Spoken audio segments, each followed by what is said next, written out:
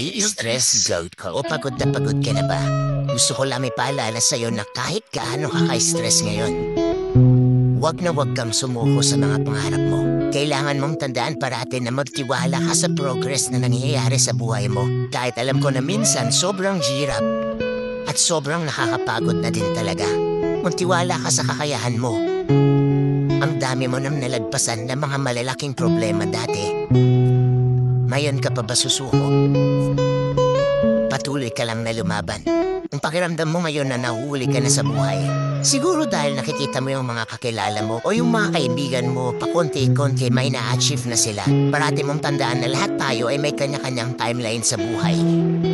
Hindi ka nahuhuli at hindi ka rin naman nauuna. Kung nasaan ka man ngayon sa buhay mo, yan ang lesson at experience na kailangan mong pagdaanan ngayon. Lahat tayo ay may sariling kwento sa buhay na makaka-inspire ng ibang tao. Sarili mong kwento yan. Kaya make sure na sulitin mo ang bawat moment at gawin mong fulfilling ang kwento mo. Kahit anong mangyari.